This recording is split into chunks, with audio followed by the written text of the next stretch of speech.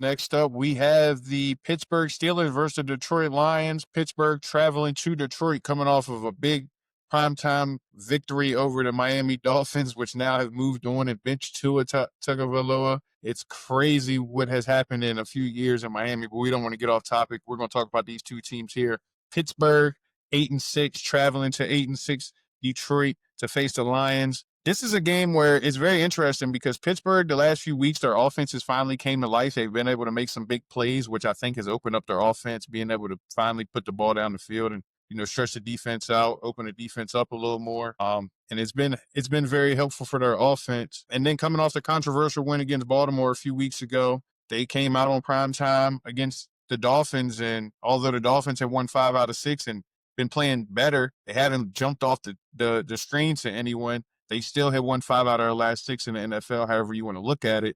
And Pittsburgh came in and put it on them in front of the world. So now they'll have to do it again. Traveling to Detroit against a high-powered offense. Pittsburgh's defense has been playing a lot better as of late, but I think this is a tough task.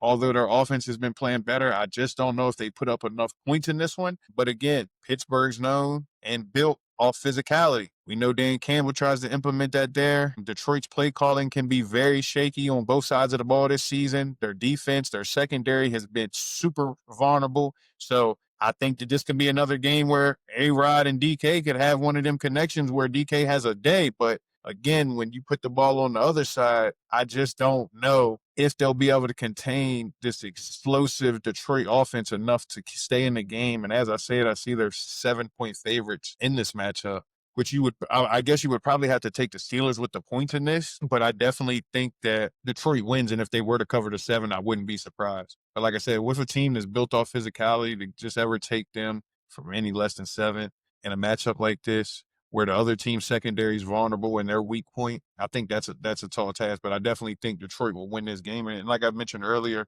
in the video, it's a big game because you have a chance to still win your division. Right now, you're 2 games back of Chicago. There's 10-4. Green Bay's 9-4-1. But they play each other this week. So you win, you position yourself to get even closer and close that gap. And then you still have 2 weeks left of the season where you can hope things go your way, depending on if you play any of these teams in your division still or not. So you definitely want to win this if you're Detroit. And then, of course, if you're Pittsburgh, you're currently in the division lead in the AFC North. You have the head-to-head over the Baltimore Ravens. You're 8-6. They're 7-7. You have a tough matchup this week.